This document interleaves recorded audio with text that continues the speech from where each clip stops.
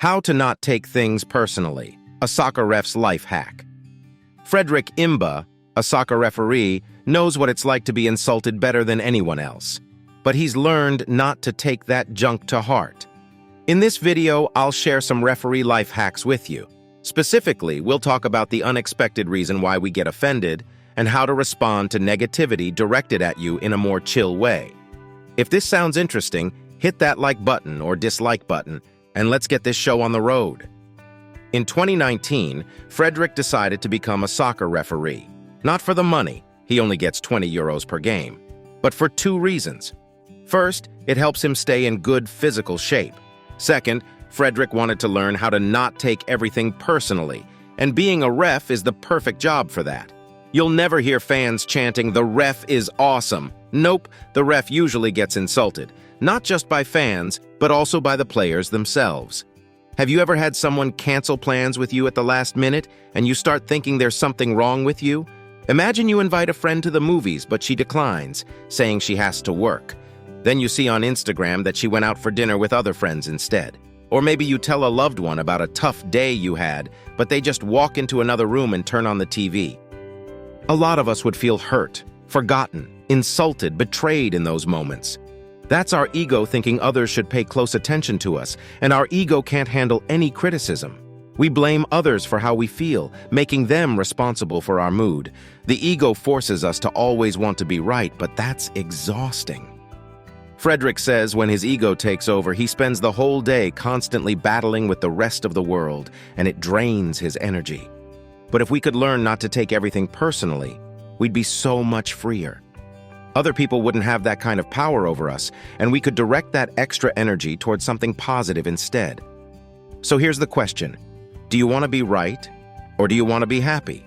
If you choose to be happy, then let's move on to some strategies that'll help you stop taking things so personally. The first strategy is, it's not about me.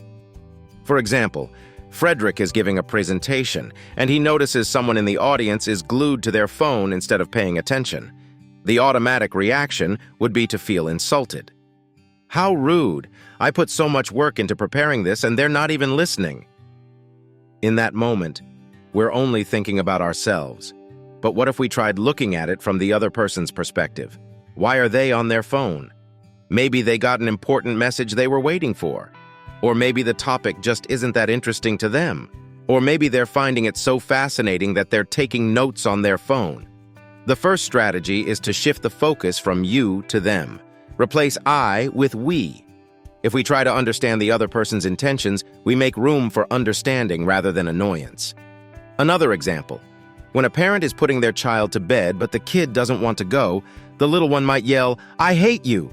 In that situation, parents rarely take those words personally. Why? Because they understand it's not about them, it's about the child's desire.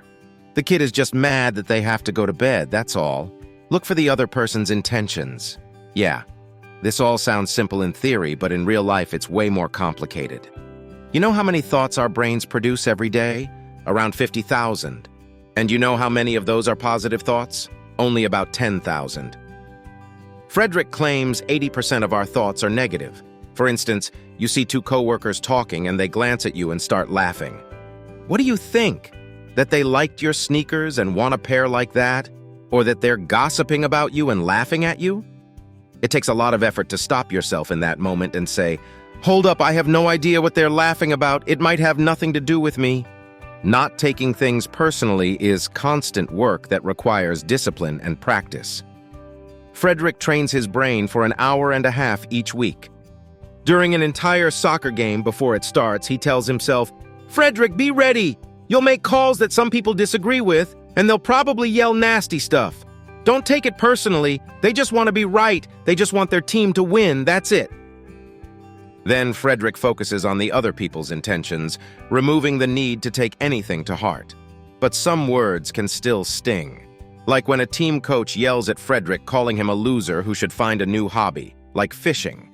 The thing is, Fredrik does sometimes feel like a loser himself. What if the coach is right? So what do you do when the "it's not about me" strategy doesn't work? There's really only one explanation. If "it's not about me" doesn't work, then it really is about you. Fredrik never actually played soccer, and he's just starting as a ref. Those words struck a nerve because he's not 100% confident in himself yet. And here we come to the unexpected reason we get offended. If I called you an orange, that probably wouldn't bother you much. You know for a fact you're not an orange, so that insult just sounds ridiculous. But if I called you arrogant or self-absorbed, that would likely sting a lot more. Why's that? Because deep down, part of you thinks the person saying it might be onto something. It all comes down to low self-esteem, which often stems from childhood when you didn't get enough support and were criticized even by family. You subconsciously believe you deserve those hurtful words, so they trigger emotions. Maybe as a kid you were criticized more often than praised. You'd bring home a B and get scolded because it wasn't an A. We only take things personally when they somehow hit a sore spot. And that's the perfect time to show some compassion for yourself. This is the second strategy. Be kind to yourself. Acknowledge that it hurts. Then you can open up, like in that situation where you tell a loved one about a rough day, but they walk away and turn on the TV. In that case, you could say, "I'm pouring my heart out here and you're just going to tune me out by watching TV?" That's not cool. Here's an important point. By making yourself vulnerable and sharing your feelings with someone, you increase the chances they'll understand and consider your needs. But don't accuse them. Keep in mind that any negativity, even personal attacks, describe the speaker's feelings, not you. If your boss calls you an idiot, that doesn't actually make you an idiot. They're probably just stressed about the business, and that's their way of saying, "I'm upset," but they couldn't find better words. It's hard for the aggressor to rein it in and analyze their emotions. It's easier to just lash out onto you. And to keep things from devolving into a pointless argument, start with yourself, your feelings, and facts. Here's the formula for a level-headed response. Describe your feelings plus add a fact, sometimes plus suggest a solution. So to recap how not to take everything so personally, first, it's not about me. Look at the other person's intentions. If that doesn't work, then it really is about you. In that case, be compassionate with yourself and talk to the person who upset you. Choose the side of being happy rather than always being right.